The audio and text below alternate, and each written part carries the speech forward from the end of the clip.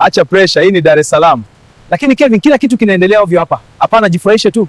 Kuna wakati maisha yanaweza kukusukuma mpaka ukajikuta unajiuliza kama kweli ndoto zako zilikuwa na maana yoyote. Usiku mmoja pale Kariakoo, kijana mmoja alisimama pembeni ya barabara akiwa ameshika begi lake la zamani. Ndani ya begi hilo kulikuwa na kamera ndogo na ndoto kubwa sana.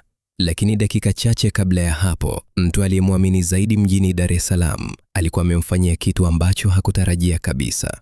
Swali lilikuwa moja tu. Je, kijana huyo angeacha ndoto zake zife pale pale barabarani au angepambana mpaka dunia imsikie? Hii ni hadithi ya Rashid, kijana kutoka Morogoro aliyekuja Dar es Salaam kutafuta maisha, na hii yote ilianza miaka michache iliyopita pale Mbagala Zakem. Mwanzo mgumu. Rashid alikuwa kijana wa kawaida sana. Alikuwa hana pesa nyingi, hakuwa na ndugu wengi mjini. Alikuwa na ndoto moja tu, kutengeneza video na picha ambazo watu watazikumbuka. Alikuwa anapenda sana kamera. Ile kamera yake ya zamani aliinunua kwa pesa alizokusanya karibu mwaka mzima. Kila siku alikuwa anapiga picha mitaani, wakati mwingine harusi ndogo, wakati mwingine birthday za watoto, wakati mwingine hata watu wa barabarani. Marafiki zake walikuwa wanamcheka.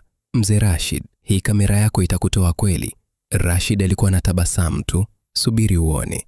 Siku moja jioni, Rashid alikutana na kijana mmoja anaitwa Kelvin. Walikutana kwenye duka la juice pale Kariakoo. Kelvin alikuwa mtu wa kujiamini sana. Alikuwa anazungumza kwa sauti kubwa na kila mtu alionekana kumheshimu. Kelvin alimwambia Rashid, "Wewe unapiga picha?" Rashid akajibu, "Ndiyo, na edit pia." Kelvin akatabasamu, "Mimi nina connection nyingi mjini, tunaweza kufanya kazi kubwa."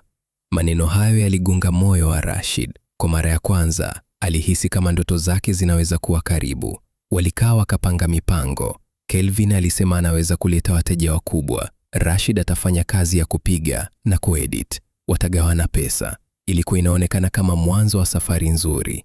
Wiki chache baadaye, Kelvin alimleta mteja wa kwanza. Ilikuwa ni eventi kubwa pale Masaki.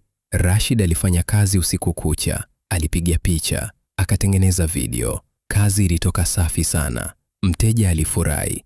Lakini baada ya kazi kumalizika, Kelvin alimwambia, "Pesa bado hazijatoka." Rashid akaelewa. Siku 2 zikapita, wiki moja, hakuna pesa. Rashid akamuuliza Kelvin, "Mzee, ile pesa ya ile eventi vipi?" Kelvin akacheka, "Acha pressure, hii ni Dar es Salaam." Lakini Rashid hakujua kwamba huo ulikuwa mwanzo wa matatizo makubwa. Baada ya mwezi mmoja, Rashid alikutana na yule mteja wa Masaki kwa bahati mbaya. Walikutana kwenye kafe. Mteja alimwambia, "Bro, ile video yako ilitisha sana." Rashid akashukuru, halafu mteja akaongeza, "Na Kelvin alisema umelipwa tayari." Rashid alikaa kimya, moyo wake ulianza kupiga haraka. "Umesema nimelipwa?" "Ndiyo, tulimlipa siku ile ile." Hapo ndipo kila kitu kilieleweka. Kelvin alikuwa amechukua pesa zote. Usiku ule Rashid alikaa peke yake kwenye chumba chake kidogo Mbagala. Alikuwa anaangalia kamera yake. Alikuwa amechoka, alikuwa amekasirika, lakini zaidi ya yote, alikuwa amevunjika moyo. Alijisemea polepole, labda watu walikuwa sahihi, labda hii ndoto sio yangu. Simu yake ilipiga. Ilikuwa ni mama yake kutoka Morogoro. Mama yake akasema, "Mwanangu, mambo yako yanaendaje?" Rashid alinyamaza kidogo, halafu akasema, "Polepole mama." Mama yake akacheka, "Kumbuka tu, ukichoka kupanda mlima, usishuke, pumzika tu halafu panda tena." Maneno yale yalikaa kichwani mwa Rashid usiku mzima. Asubuhi iliyofuata, Rashid alifanya kitu ambacho hakuwahi kufanya. Alienda posta, akakaa kwenye benchi, akatoa kamera yake, akaanza kupiga picha za watu wa kawaida.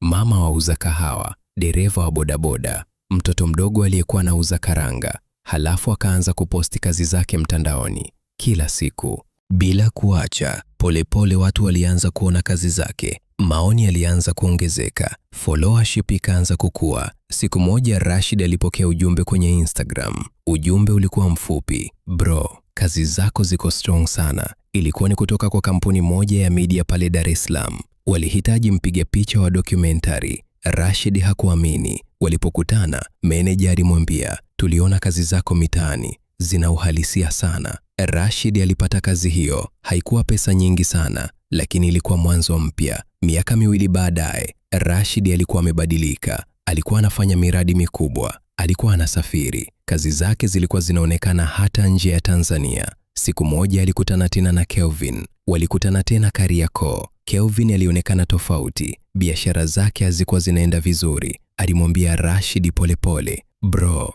najua nilikukosea." Rashid alimwangalia kwa utulivu. Hakupiga kelele, hakukasirika. Alisema tu, "Mimi niliumia sana siku ile." Kelvin akainamisha kichwa. "Najua." Rashid alinyanyuka. Alikuwa anaondoka, lakini kabla hajaenda, alisema kitu kimoja, "Kuna watu wanakuumiza ili wakufundishe kitu. Asante kwa somo." Kelvin alibaki kimya. Rashid akaondoka. Barabara za Kariakoo zilikuwa na kelele kama kawaida, lakini safari ya Rashid ilikuwa imebadilika kabisa, na kamera ile ile ya zamani ndiyo iliyomfikisha mbali.